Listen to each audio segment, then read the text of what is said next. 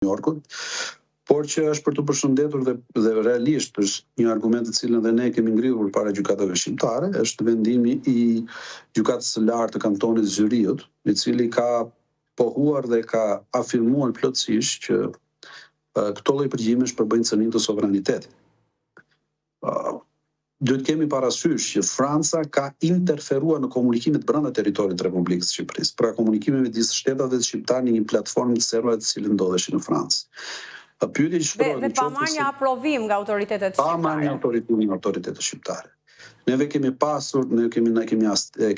hasur në dorë vendimet gjykatës hollandeze, të cilët ju është paraqitur nga ana e oficerëve të policisë dhe prokurorët, pikërisht kërkesa për kryerjen e këtyre lloj përgjimeve dhe ato e kanë refuzuar, sepse kanë thënë që ne nuk mundet do të kryejmë përgjim masiv të platformës SkyCC. Dhe çfarë ka ndodhur? Pas këtij vendimi negativ të gjykatës, direkt ka paraqitur prokurorët francez kërkesë përpara autoriteteve franceze, përpara gjykatës apelit francez, dhe kjo e fundit ka paraqitur, kanë dhënë vendimi për lejimin e përgjimit. Pra, përveç Francës, asnjë lloj vendi tjetër nuk do ta pranonte një gjë të tillë. Madje edhe ne, nëse prokurorët e posaçëm do të kërkonin përgjimin total të gjithë platformës WhatsApp, asnjë gjykatë nuk do ta pranonte, sepse do të përbënte përgjim masiv. Por çuditërisht Franca nëpërmjet legjislacionit të saj një gjë të tillë do lejoi. Madje lejon që asnjë dhënë për procedurën dhe teknologjinë e përdorur për një gjë të tillë, mbi të cilën ne kemi kontestimet dhe dyshimet tona, nuk është bërë transparente publiku. Zvicra ka thënë, me sy të lirë duket që këto janë të dhëna të përpunuara, nuk janë të dhëna origjinale, nuk janë të dhëna të papërpunuara, ka pasur ndërhyrje. Por poshtë saj ka thënë që ky është një cënim i hapur i sovranitetit. Pyetja që do e bëja juve dhe është retorike në këtë rast. Nëse një përgjim i tillë do kishte ndodhur në një vend si, nuk e di, si Irani, Siria, Iraku, Kina, nuk e di, gjeni një vend tjetër të cilën neve nuk e konsiderojmë shumë miqësor, Rusia, apo Egjipti, apo vende të tjera. Si do t'i konsideronim një gjë të tillë? Si do t'i konsideronim përgjimet e Sky?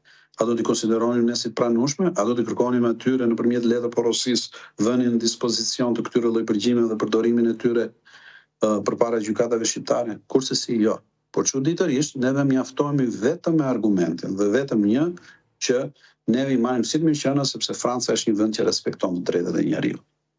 E kjo edhe duke cënuar standardet mjaft të rëndësishme. Me këtë argumentim. Por kjo fakti që neve përdorim këto lloj ndoshta edhe kjo bisedë që ne bëjmë avokat mund të marrë nga individ të veçantë, jepet në gjyrim, po mbështeten duke qenë se në këto platforma ka pasur kryesisht komunikime nga anëtarë të grupeve kriminale, por ajo që diskutojmë në thelb është çështja e standardeve, e parimeve. Ajo që diskutojmë ne është shteti së drejtës. Mbi shtetin e së drejtës janë dispozitat e para të kushtetutës. Ne nuk mund të bëjmë kurse si kompromis në lidhje me të drejtat kushtetuese, ne nuk mund të bëjmë kompromis kurse si me standardet kushtetuese.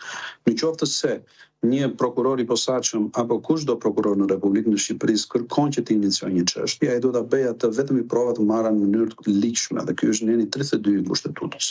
Çfarë do lloj procedimi i cili iniciohet, bazohet dhe vazhdohet me prova të paligjshme, nuk është procesi i rregullt ligjor, nuk është procesi i rregullt kushtetues, nuk është procesi i drejtë. Nuk mundet do të ketë drejtësi bazuar në padrejtësi. Neve kemi nënshkruar një kushtetut, neve kemi aprovuar me referendum një kushtetut, mbi kushtetutën nuk ka asnjë vullnet politik ose jo politik ndonjë prokurori të mundshëm, të gjithë janë të nënshtruar te kushtetuta. Çdo funksionar publik, çdo prokuror i posaçëm, çdo magjistrat i posaçëm dhe çdo lloj magjistrati i jurisdiksionit të zakonshëm dhe çdo funksionar i lartë betohet me kushtetutë. Avokat, po. Pyetja që shtrohet kjo është: ja vlen që të shkelim dispozitat kushtetuese, ja vlen që të shkelim Konventin Evropian e Drejtave të Njerëzit në funksion të kësaj lloj gjëje? Kjo është çështja. Ktu jemi pak a shumë në kushtet e jemi pak a shumë në skenarin e Orwellit, që do të thotë që në funksion të një të mirë të madhe, neve duhet të sakrifikojmë të drejtat dhe liritë tona. Unë besoj që ky lloj tendence për altruizëm thjesht çon në skllavërimin e të gjithë popullsisë shqiptare, dhe kjo është një qasje. Qofse sot po e bëjmë këtë lloj gjëje, kush do t'i pengojë që ditën e nesërme do ta bëjmë për gjëra të tjera dhe më të vogla. Dhe kjo është frika më e madhe, këtu goditet sistemi, këto të drejta nuk ekzistojnë dhe nuk janë të shprehura kot në kushtetutë dhe në konvent. dhe janë shprehur në një kohë ku komunikimet elektronike nuk ekzistonin.